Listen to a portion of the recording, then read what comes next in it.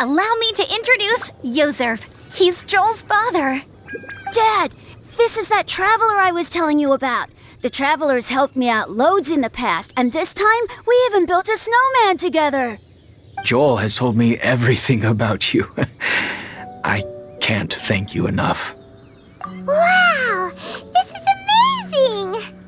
Wait a second. Why is Cyrus discreetly wiping tears away? And what is Pallid doing here? Pallid is the hero of the hour this time. Go on, Pallid. Tell us what happened in your own words. Okay. The weather was fine on that fateful day, and I had a feeling that Lady Luck was smiling down on me. So I trusted my gut and set off to explore somewhere new, somewhere dangerous. Because where there is great danger, there is also great treasure. Why does this sound so hard to believe? But I had only been away from the group for a short while when I fell down a slope and just started rolling. Uh-oh. Did my bad luck rub off on him when we ran into each other on the mountain? The place I fell to was somewhere I didn't recognize, and I'd sustained a few injuries.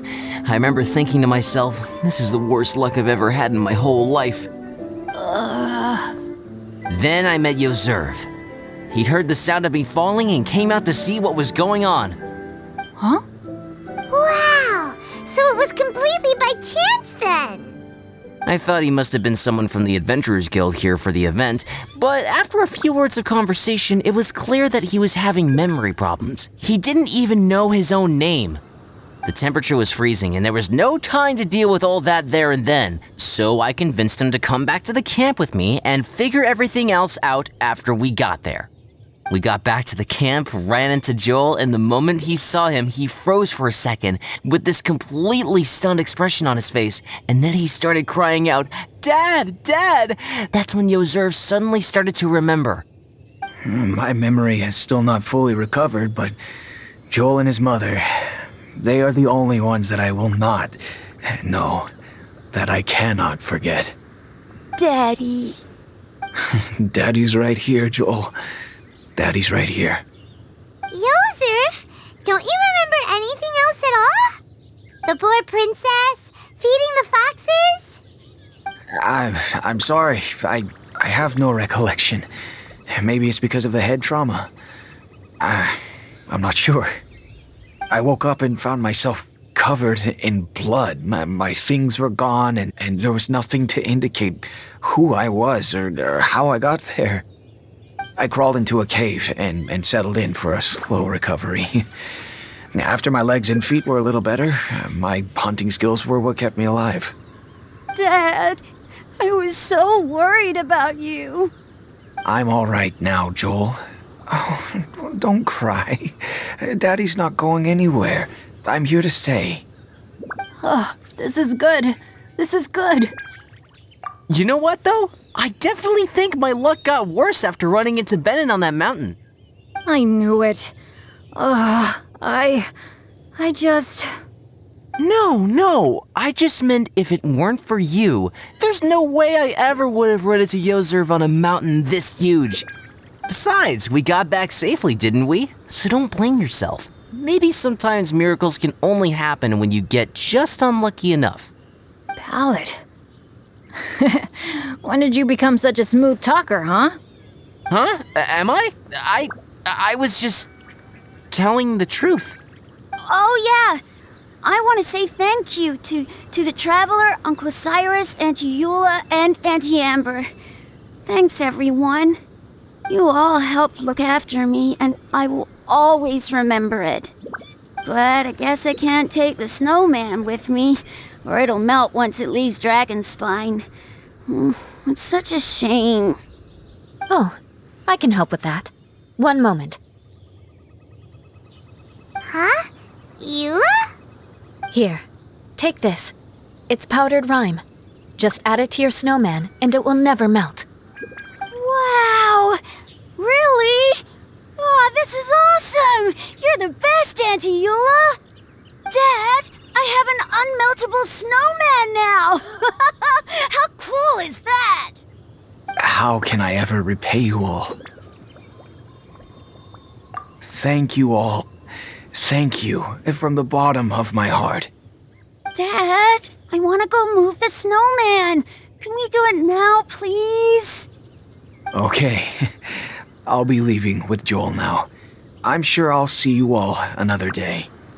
Very well, very well. It's time for Pallet and I to have another discussion concerning his breaches of adventurer discipline. Huh? But Cyrus, I think I kind of made up for my mistakes this time, you know? See you guys! Oh, I made this for you and Amber. Think of it as a winter souvenir. Aw, are you sure? This must be really important to you. Come on now, just take it. No need to make such a fuss. Wow! Now our snowman won't melt either! Great! You're welcome. Just keep it, that's all I ask. Amber and I have some business to attend to now. See you later. See you! Everyone's gone. Seems like they've all got their own stuff to do now. Oh! You know what? We've been on Dragon Spine all this time, and somehow Paimon still forgot to ask Albedo about how to make a fruit juicifier machine that could keep the juice fresh. Maybe we should try Timaeus again. He does seem pretty eager to please after all.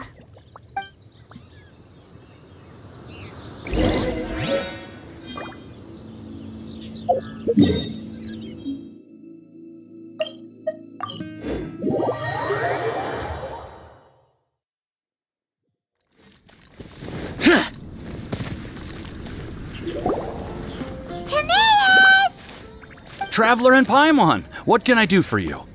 Wait a minute. You've got that mischievous look on your face.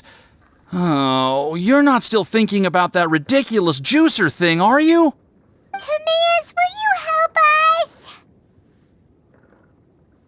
us? Well, if the Traveler isn't really interested, then, yeah, maybe I'll give this one a pass. It's just the weirdest request ever. No, but Paimon's Sunsettias are gonna go to waste without it. And the time it would take me to research something like that, I could probably pick those Sunsettias again 10 times over. New research project, Timaeus?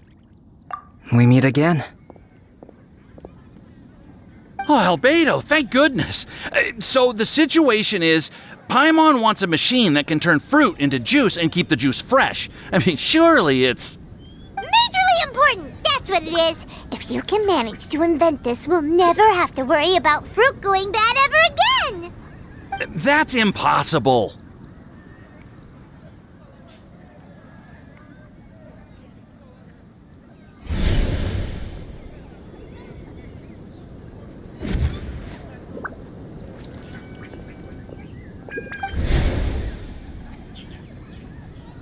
Turning fruit into juice is not hard, but keeping it fresh is more difficult. But if you simply want to keep the fruit from rotting, there are many ways to achieve this. Right, Traveler?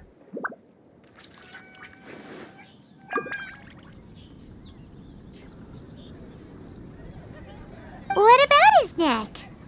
What's wrong? Is there something on my neck? From the look on your face, it's as if you thought I just played a practical joke on you that was in exceedingly poor taste.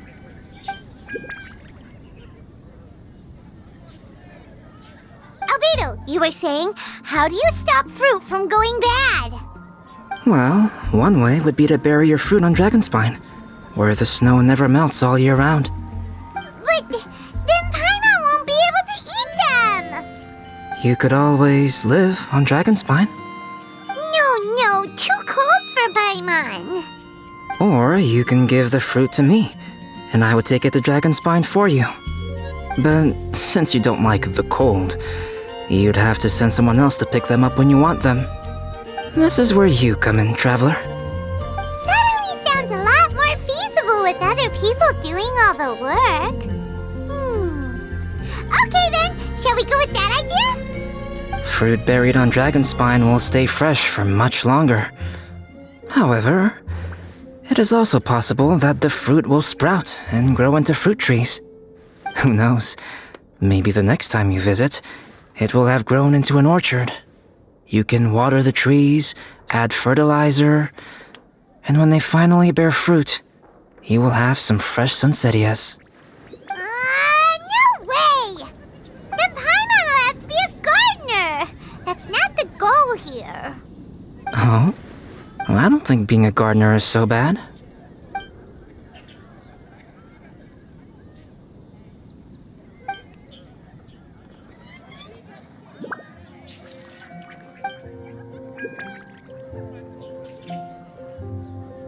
Albedo! Stop trying to get your hands on Paimon's super sweet Sunsettias! It bothers you, does it? Of course it bothers Paimon! They are the rarest, super-duper sweetest Sunsettias ever! And they're not for you! Okay, but they're just Sunsettias. I think you're only so attached to them because you don't have much fruit of this quality in your possession. When someone's pockets are full and their spirit is fulfilled, they don't easily fall prey to this kind of yearning. Really?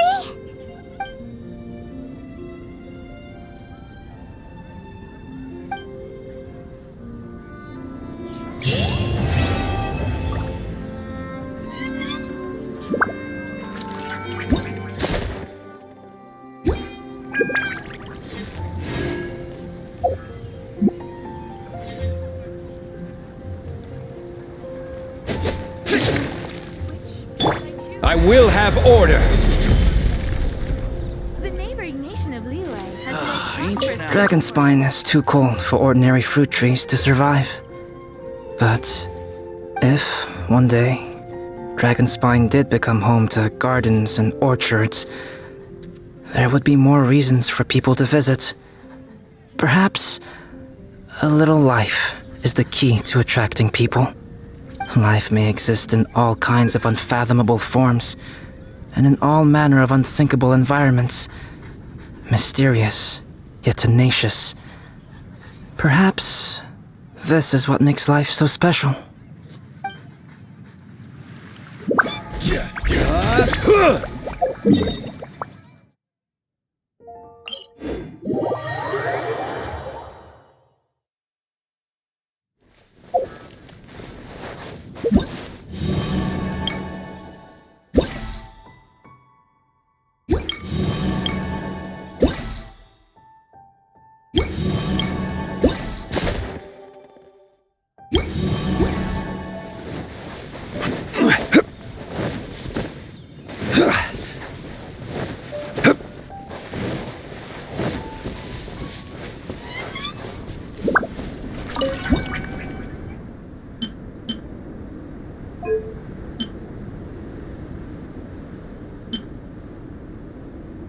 We should look for a place to take shelter.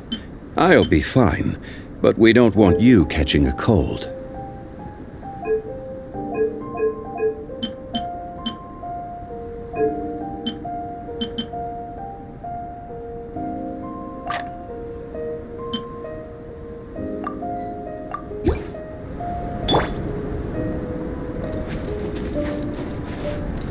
You